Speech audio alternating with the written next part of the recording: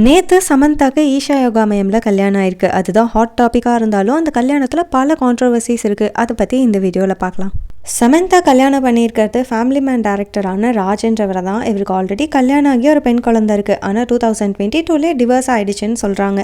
ஆனால் இன்னுமுமே இவரோட ஒய்ஃப் இன்னும் டிவர்ஸ் ஆகலைன்ற மாதிரியான போஸ்ட் தான் போட்டுட்ருக்காங்க. அண்ட் அவங்க ஒய்ஃப் அவங்களோட ஃபோட்டோஸ் எதையுமே இப்போ வரைக்கும் இன்ஸ்டாகிராம்லேருந்து டெலிட் பண்ணலை. ராஜோட எக்ஸ் ஒய்ஃப் சமந்தாவோட ஃப்ரெண்டுன்னு சொல்கிறாங்க.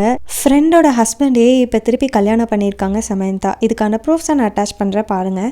இது 2022 ஜூனில் ராஜ் அண்ட் அவங்க ஒய்ஃப் ஃபேமிலியோடு எடுத்துக்கிட்ட ஃபோட்டோஸ். அண்ட் அதுக்கு சமந்தா லைக் பண்ணியிருக்காங்க. இது மாதிரி நிறைய ஃபோட்டோஸ்க்கு லைக் பண்ணியிருந்தாங்க. ஆனால் இப்போ அது எதுவுமே இல்லை. பர்டிகுலராக சொல்லணுன்னா நேற்றுலேருந்து அந்த லைக்ஸ் எல்லாம் காணும்.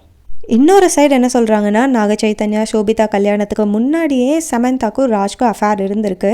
அதனால தான் அவங்க மேரேஜும் பிரேக் ஆகிருக்கு. அதுக்கேற்ற மாதிரியே இந்த சில போஸ்ட்லாம் பார்க்கலாம்.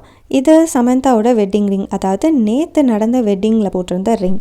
இதே ரிங்கை சமந்தாவோட பல போஸ்ட்டில் பார்க்க முடியும். அதுவும் இந்த February போஸ்ட்டில் நல்லா கிளியராகவே தெரியும். அண்ட் இது இப்போ ரொம்ப கான்ட்ரவர்சியாகவும் போயிட்டுருக்கு.